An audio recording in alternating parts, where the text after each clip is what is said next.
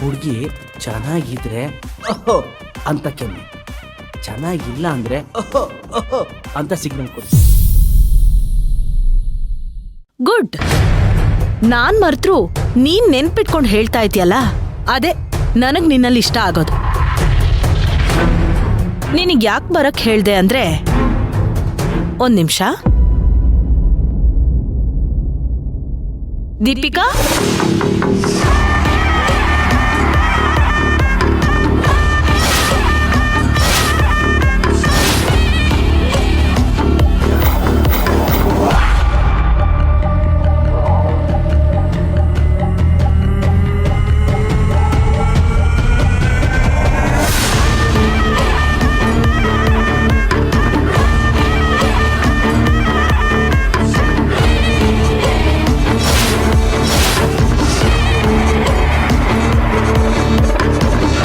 ಬಾಮ ದೀಪಿಕಾ.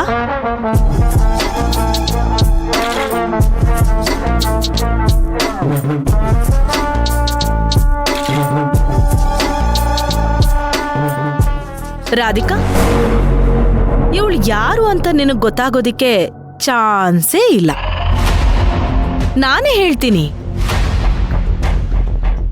ಇವಳೆ ನಮ್ ಮನೆಗ್ ಬರೋ ನನ್ ಸೊಸೆ. ಅಲ್ಲಲ್ಲಲ್ಲ, ನಮ್ಮನೆ ಮಹಾಲಕ್ಷ್ಮಿ. ನಾನ್ ನನ್ ಮಗನಿಗೆ ಎಂತ ಹುಡುಗಿ ಜೊತೆ ಮದುವೆ ಮಾಡ್ಬೇಕು ಅಂತ ಅನ್ಕೊಂಡಿದ್ನು, ನನ್ ಅಂತಸ್ತಿಗೆ ನನ್ ಪ್ರೆಸ್ಟೀಜಿಗೆ ಎಂತ ಸೊಸೆ ಬೇಕು ಅಂತ ಅನ್ಕೊಂಡಿದ್ನೋ, ಆ ಎಲ್ಲಾ ಕ್ವಾಲಿಟೀಸು ನಮ್ ದೀಪಿಕಾನಲ್ಲಿದೆ.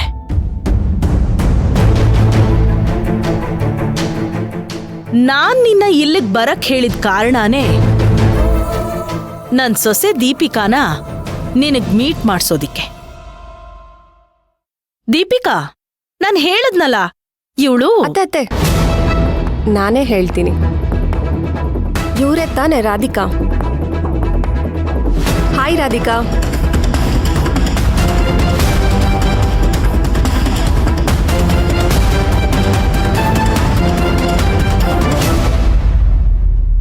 ಅಲ್ಲ, ಕೈ ಕೊಡೋಕೆ ಇಷ್ಟೊಂದು ಯೋಚನೆ ಮಾಡ್ತಿರೋ ನೀನು ಅದ್ಹೇಗೆ ಚಿರುನ ಇವಳಗ್ ಬಿಟ್ಕೊಡ್ತಾ ಇದೀಯಾ? ಅತ್ತೆ, ನೀವ್ಯಾಕಿಷ್ಟಕ್ಕೆಲ್ಲ ಕೋಪ ಮಾಡ್ಕೋತಿದ್ದೀರಾ? ನೀವು ಕೋಪ ಮಾಡ್ಕೋಬೇಡಿ, ನನಗೆ ನಿಮ್ಮ ಆರೋಗ್ಯನೇ ಮುಖ್ಯ.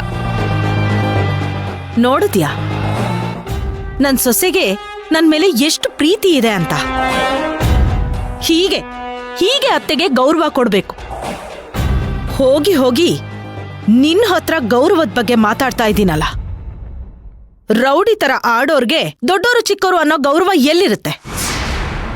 ಅತ್ತೆ, ನಿಮ್ಮಿಬ್ರು ಮಧ್ಯ ಏನಾದ್ರೂ ಆಗಿರ್ಲಿ, ಆದ್ರೆ ನನಗೋಸ್ಕರ ಇದನ್ನ ಮರ್ತ್ಬೇಡಿ.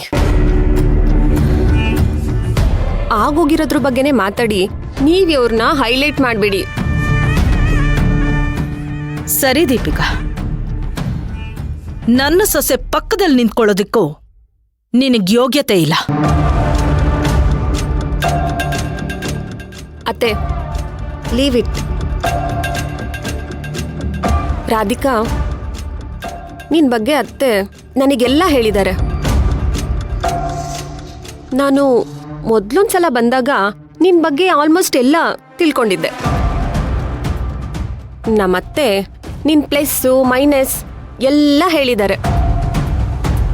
ಚಿಕ್ಕ ವಯಸ್ಸಿಂದ ನೀನು ಚಿರು ಹೇಗಿದ್ರಿ, ನೀನ್ ಯಾಕೆ ಚಿರುನ ಇಷ್ಟಪಟ್ಟೆ, ಎಲ್ಲನೂ ಹೇಳಿದ್ದಾರೆ.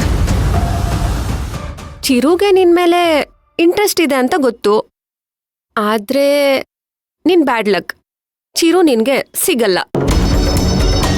ನನ್ ಗುಡ್ ಲಕ್, ಚಿರು ನನಗ್ ಸಿಗ್ತಾರೆ.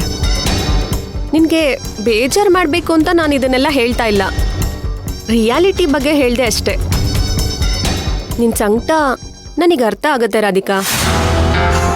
ಕೆಲವು ದಿನಗಳಿಂದ ನೋಡಿರೋ ನನಗೇನೆ ಚಿರುನ ಬಿಟ್ಕೊಡೋದಕ್ಕೆ ಇಷ್ಟ ಆಗ್ತಿಲ್ಲ. ಆದ್ರೆ ನೀನು ಇಷ್ಟು ವರ್ಷಗಳಿಂದ ಚಿರು ಜೊತೆ ಬೆಳೆದಿದ್ಯಾ, ಆದ್ರೆ ಏನ್ ಮಾಡೋದು? ಪ್ರಾಣಕ್ಕಿಂತ ಹೆಚ್ಚಾಗಿ ಪ್ರೀತಿಸೋರ್ ಪ್ರಾಣ ಮುಖ್ಯ ಅಲ್ವಾ? ನಿನ್ ಜಾಗದಲ್ಲಿ ಯಾರೇ ಇದ್ದಿದ್ರು ಹೀಗೆ ಡಿಸಿಷನ್ ತಗೋತಾ ಇದ್ರು. ಆದ್ರೆ ನೀನೇನು ಯೋಚನೆ ಮಾಡ್ಬೇಡ, ಚಿರುನ ನಿನ್ಗಿಂತ ಹೆಚ್ಚಾಗಿ ನಾನ್ ಕೇರಿಂಗ್ ಆಗಿ ನೋಡ್ಕೋತೀನಿ. ಚಿರು ಮೇಲೆ ನಾನು ನನ್ನ ಜೀವನೇ ಇಟ್ಕೊಂಡಿದ್ದೀನಿ. ನಿನ್ ಬಗ್ಗೆ ನನಗ್ ಚೆನ್ನಾಗ್ ಗೊತ್ತು, ಆದ್ರೆ ನೀನ್ ನನ್ನ ಬಗ್ಗೆ ತಿಳ್ಕೊಳ್ಳೋದ್ ಬೇಡ್ವಾ? ನಾನು ಇಷ್ಟಪಟ್ಟಿದ್ದನ್ನ ಪಡ್ಕೊಳ್ಳೋದಕ್ಕೆ ಯಾವ ಲೆವೆಲ್ಗೆ ಬೇಕಾದ್ರೂ ಇಳಿತೀನಿ. ಜೀವ ಕೊಟ್ಟು ಪ್ರೀತಿ ಉಳಿಸ್ಕೊಳ್ಳೋದೆಲ್ಲ ನನ್ನ ಸ್ಟೈಲ್ ಅಲ್ಲ. ನನ್ ಚಿರು ನನಗೆ ಸಿಗ್ಬೇಕು. ನನ್ನ ಅವ್ರ ಮಧ್ಯೆ ಯಾರೇ ಬಂದ್ರೂ ನಾನ್ ಸುಮ್ಮನೆ ಬಿಡಲ್ಲ. ರಾಧಿಕಾ, ನೀನೇನು ಯೋಚನೆ ಮಾಡಬೇಡ. ಚಿರುನ ನಾನು ನಿನ್ಗಿಂತ ಚೆನ್ನಾಗಿ ನೋಡ್ಕೋತೀನಿ. ಅವನ್ನ ಒಂದು ನಿಮಿಷನೂ ಬಿಟ್ಟಿರಲ್ಲ. ಸಾಕು ಸಾಕು ಅನ್ನೋ ಮಟ್ಟಕ್ಕೆ ನಾನ್ ಚಿರುನ ಪ್ರೀತಿಯಿಂದ ನೋಡ್ಕೋತೀನಿ. ನಿನ್ನನ್ನ ಬಿಟ್ಟು ಚಿರು ಈ ಪ್ರಪಂಚದಲ್ಲಿ ಏನೇ ಕೇಳಿದ್ರು ನಾನ್ ತಂದ್ಕೊಡ್ತೀನಿ. ಚಿರುಗೆ ಒಳ್ಳೆ ಹೆಂಡತಿಯಾಗಿ ಅವ್ರನ್ನ ಅಷ್ಟೇ ಅಲ್ಲ, ಅವ್ರ ಬಿಸ್ನೆಸ್ನು ನಾನ್ ನೋಡ್ಕೋತೀನಿ. ನಮ್ಮ ಅತ್ತೆಗೆ ಒಳ್ಳೆ ಸೊಸೆಯಾಗಿ ಅವ್ರು ಕಟ್ಟಿರೋ ಸಾಮ್ರಾಜ್ಯನ ಇನ್ನೂ ಎಕ್ಸ್ಪೆಂಡ್ ಮಾಡ್ತೀನಿ. ಏನಪ್ಪ ಇವಳು ಸಂಬಂಧನೇ ಇಲ್ದೆ ಇದನ್ನೆಲ್ಲ ನನ್ಗೆ ಯಾಕೆ ಹೇಳ್ತಿದ್ದಾಳೆ ಅಂತ ಯೋಚನೆ ಮಾಡ್ತಿದ್ದೀರಾ? ಎಲ್ಲಾ ವಿಷಯದಲ್ಲೂ ಚಿರುಗೆ ನಿನಗಿಂತ ಬೆಸ್ಟ್ ಪಾರ್ಟ್ನರ್, ಬೆಸ್ಟ್ ಕಂಪ್ನಿ ನಾನು. ಅದಕ್ಕೆ ಇನ್ಮೇಲೆ ನೀನು ನನ್ನ ಉಡುವಿ ಬಗ್ಗೆ ಯೋಚನೆ ಮಾಡೋ ಅಗತ್ಯ ಇಲ್ಲ. ನನ್ನ ಚಿರು ಬಗ್ಗೆ ನೀನೇನು ಯೋಚನೆ ಮಾಡಬೇಡ ಅಂತ ತುಂಬಾ ಸಿಂಪಲ್ ಆಗಿ ಹೇಳ್ತಾ ಇದ್ದೀನಿ. ಅರ್ಥ ಆಯ್ತಾ? ನಿನಗೆ ಈ ದೀಪಿಕಾನೇ ಸರಿ ಕಣೆ.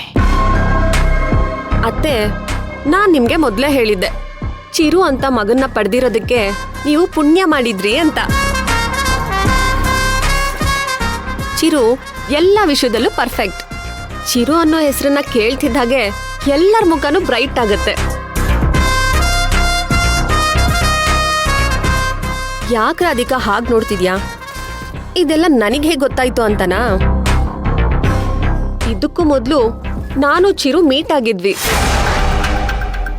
ಅವತ್ತೇ ಡಿಸೈಡ್ ಮಾಡಿದ್ದೆ, ಚಿರು ಅನ್ನೋ ಮಾಣಿಕ್ಯನ ಮಂಗನ್ ಕೈಲಿ ಕೊಡ್ಬಾರ್ದು ಅಂತ.